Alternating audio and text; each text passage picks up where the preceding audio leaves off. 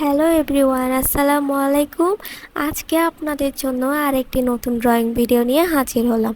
প্রথমে আমি এইখানে যে আমি নদীটা দিব, নদীর শেপটা এঁকে নিলাম কালো ছোট কালার দিয়ে।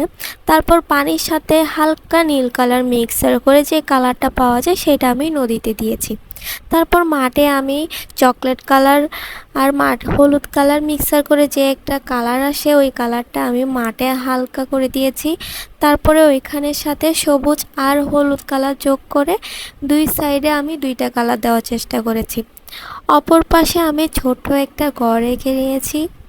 তারপর এখানে কালারটা এমনভাবে ফোটানোর ট্রাই করছি যেন কালারটা দেখতে মনে হয় যে আমি অরিজিনাল কোনো কিছু দেখছি। তারপর অপর সাইডে সেমভাবে আমি গাঢ় সবুজ কালার আর হলুদ কালার মিক্সার করে যে পেস্ট হয় ওইটা দেওয়ার চেষ্টা করেছি। এরপর আমি এখন নৌকা আঁকবো। নৌকাটা আমি প্রথমে কালো কালার দিয়ে যে একটা শেপ হয় ওই শেপটা দিয়েছি। নৌকার নিচের সাইডটা আমি পুরোপুরি কালো করে দিয়েছি।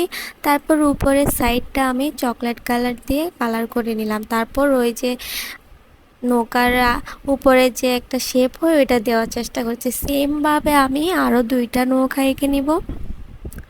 এখানে আপনারা চাইলে ডিফারেন্ট কালারও ইউজ করতে পারেন নৌকাতে। আমি এখানে হালকা একটু কালার দেওয়ার চেষ্টা করেছি। প্রথমেটা যেটা কাছ থেকে নৌকা হয় ওইটা একটু বড় সাইজের হয়, যেটা একটু মাঝখানের নৌকা সেটা বড় সাইজের থেকে একটু ছোট। তারপরে এখানে আমি ঘরের যে শেপ সেটা দিয়ে দিলাম। তারপরে এখানে আমি নদীর পাড় এঁকে নিলাম। তারপর এখানে আমি কালো কালার দিয়ে ফার্স্টে গাছের একটা শেপ আনার ট্রাই করলাম।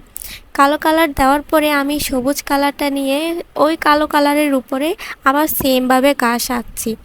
তারপর এখানে ওইটা আঁকার পরে আমি এখানে হলুদ কালার দিয়ে হালকা হালকা একটু করে গাছের উপরে শেপ দিয়েছি। তারপর এখানে আমি একটা গাছ আঁকার জন্য উপরে সবুজ শেপ দিয়ে দিলাম। তারপর কালো কালার দিয়ে আমি গাছের যে শিরগুলো হয় সেগুলো দেওয়ার চেষ্টা করলাম। ঠিক সেমভাবে আমি আরেকটি গাছ এঁকে নিলাম। অনেকে আমাকে কোশ্চেন করেন, আপু আপনার আর্টগুলো এত সুন্দর হয়, আপনি আর্ট কোথা থেকে শিখেছেন? আমি আপু আর্ট কখনো কোথাও শিখি নাই। আমি আর্টগুলো আসলে ভিডিও দেখে দেখেই করা শিখেছি। আল্লাহ হাফেজ।